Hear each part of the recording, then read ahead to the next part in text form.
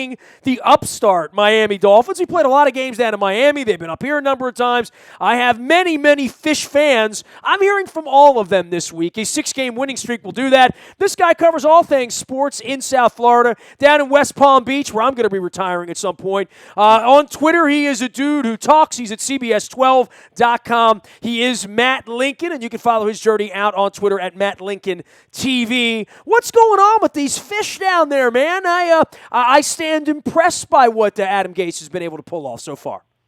Well, Nestor, the Dolphins fans don't know what to do with themselves. It's a successful team down here in South Florida, a team that they can actually feel good about rooting for. You know, it's been a long time since Dolphins fans have been really excited about a team after Thanksgiving. But Adam Gase, Ryan Tannehill, and Jay Ajayi have given them real reason to be excited that this is a team that could make the playoffs. You know, there's lots of criticism, I know, nationally about maybe they're not doing it against the best teams, and that, you know, maybe this 7-4 record is a little hollow. But for Dolphins fans here, just the opportunity to play a game in January, meaningful games in January, is a big deal for them. Well, it's been a long time. I mean, I remember going down there and playing a playoff game, Lothies, many years ago, and then the dark ages came, you know. I mean, the Camp Cameron and straight on through. You know, Tannehill kind of sits in the middle of all that, right? I mean, drafted, believed in, paid for, and then it was, well, we got our quarterback. We need to surround him with other talent. I don't know that anybody outside was absolutely convinced that Tannehill was going to be the answer, but they have fortified that offensive line, and more than anything, in Ajayi, they finally have a guy that can run the football, right? Yeah, I think that's true. I think the offensive line has been the big story for the Dolphins this year. When they got officially healthy, when Mike Pouncey, the center, Brandon Albert, the left tackle, got healthy for the first time, that was week 6, and the Dolphins were 1-4 and looking like they were circling around the toilet bowl. But then they turned around with a fortified offensive line, a healthy offensive line, and they produced a 200-yard rusher in back-to-back weeks, and all of a sudden, the Dolphins got rolling. Now those two guys are hurt again, and the Dolphins have still found a way to win these last 2 weeks. So what Adam Gase has done has changed the culture here, and I know that's I'm hearing that all week. I mean, literally, yeah. You're the 5th person that has said change the culture there. Yeah, and what that means specifically here is he hasn't come in and started yelling at guys, but we are seeing a level of accountability within the players and within the coaches that Miami hasn't seen. I mean, Adam Gase, every single press conference, spends a period of time talking about how he screwed up last week. And I can't tell you how many head coaches in the NFL have once or twice said, you know, this is on me, that's on me, the fact that we didn't do that is on me. And what we have seen is that the players will turn around and do that. Is that there was a game earlier this year against the Jets. Kenyon Drake, one of their return men, had a holding penalty that nullified a punt return for a touchdown for Jakeem Grant. Immediately, Drake went up to Grant and said, this one's on me. I'm going to go get one for you because this one's on me. And later in the game, he had a game-winning kickoff return for a touchdown. That's the sort of ownership that these Dolphins players have had. And one of the reasons why there wasn't a lot of optimism about this team is that they are so thin, that they were relying on a lot of unproven players. Well, we've seen a lot of those unproven players come up with big plays here over the past few weeks because there is this accountability everywhere, that everyone is being relied on to be a part of this team, and so many different people are coming through. Well, and then there's the money that was spent in the previous offseason on Ndamukong Suh, and whether that was money well spent or not, maybe in year one it didn't look that way. You know, I saw the play. I saw the play at the goal line with Kaepernick on Sunday. Suh was a part of that, and of course Kiko Alonso, who has now been kicked around to 3 different organizations, has seemingly found his home there. He's having the best year of his career there. Yeah, let's talk about Suh first. I mean, last year, Ndamukong Suh was the best player on the Dolphins. And it was obvious, if you really sit down and you watch the tape, that he was getting triple teamed in games. So, yeah, you didn't see huge strip sacks, and you didn't see those huge highlights, but you saw in the nitty-gritty play-to-play that he still had it up until the end of the season when he basically gave up when everyone else did. This year, improved play on the ends. Cam Wake is still playing at a Pro Bowl level at 34. Andre Branch is their other defensive end who's really come up and made some big plays.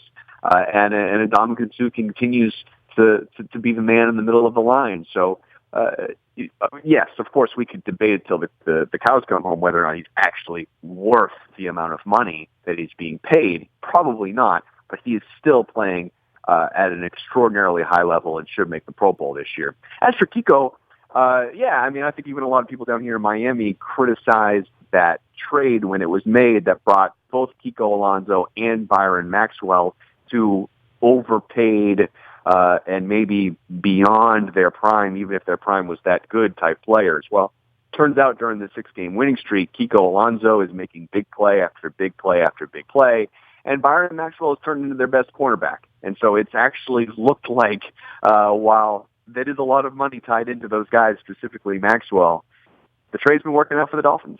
Well, you mentioned Cam Wake's name, and, other than my pals who live down there in Weston and in West Palm and, throughout that region who've been supportive of the team, the only one that's been tortured longer there probably is Wake, right? I mean, he's been there for all of it, and this is the turning around, and they have a real opportunity, but this isn't an easy go to come up to Baltimore and win. They have a couple of other cold weather games coming up. The one thing you can say about them now is they run the ball better, and they're built a little thicker, I think, right? Yeah, I think they do. Certainly they do when Brandon Albert and Mike Pouncey are in play. They didn't run all that well this past week against the Niners. It's because the Niners decided they were going to put 8 in the box, and they were going to force Ryan Tannehill to make plays on them. And you know what Ryan Tannehill did? He made plays all day against that defense. So what will happen if I'm sure the Ravens probably feel like they're not going to need to put 8 in the box to stop Jay Ajayi, and what happens then? That's a good question. The Baltimore Ravens are probably the best team that they've played here in the past month and a half. And, of course, Baltimore's a tough place to play. I think there are a lot of people all over the country that are curious to see how well the Dolphins will play on Sunday. Well, we know we have a kicker at least here. We know our punter can run out of the end zone at the end as well. Laramie Tunsil's a guy that certainly was on the Ravens' radar. It's a guy we talked about. It's a guy that was talked about as the number 1 overall pick in the draft, talent-wise. And then the gas mask came out, and we're assuming those were not just Vicks Vapor Rub vapors inside of the gas mask. Word is, though, he's been a pretty good citizen down there. I think everyone knew he was a pretty good football player. Yeah, and he has been very good. I mean, he's played guard. They haven't needed him to play tackle, and he has been. We knew immediately that he'd be good at pass protection. The question was going to be whether or not he could run block in the NFL, and he's actually been very good with that. So he has come along. He's actually hurt. He didn't play last week, and still somehow down 3 offensive linemen, and found a way to move the ball well against the Niners. And we don't know whether or not he's going to play this weekend either. But he has been, like you said, good soldier, and really hasn't shown any signs that of any of that carrying over. Down here in Miami, the Dolphins are kind of used to having stories of guys getting mixed up in things, whether it be a fight at a nightclub on a Friday night, or whether it be getting busted for some sort of, for pot or something else. Hey, man, we had a kid who was a Miami kid, find himself dead in the middle of the night riding a street bike like a fool. I mean, literally back in January, one of the bright kids of the future. I mean, Miami's is fraught with possibility now, isn't it? Yes, and it's unfortunate, but the Dolphins have seen a lot of that. And this year, whether it be the change in culture or whatever it is, we have not seen that. And so it seems fitting that of all the teams that would take Laramie Tunsil, it would be the Dolphins. But no, he has been a good soldier and a good teammate and a young man who's improved week in and week out.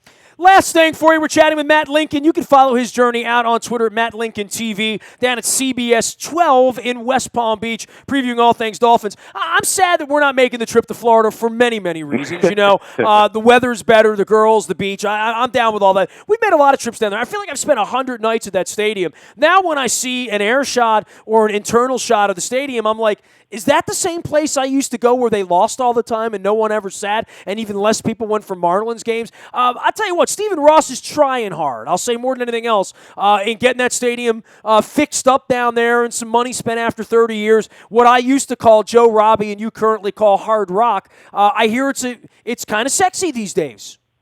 Well, Stephen Ross is kind of a tortured figure down here. I think a lot of fans don't really understand.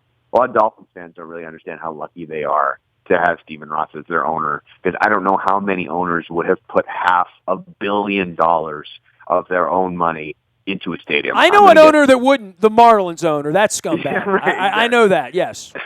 So, yes, it's a gorgeous place. It finally doesn't feel like a baseball stadium anymore, so that's good. It feels like a stadium fitting for a Super Bowl, and that's what Stephen Ross was trying to create. And it's a great stadium, and it finally might wind up getting a little bit of a home field advantage finally if these Dolphins keep winning.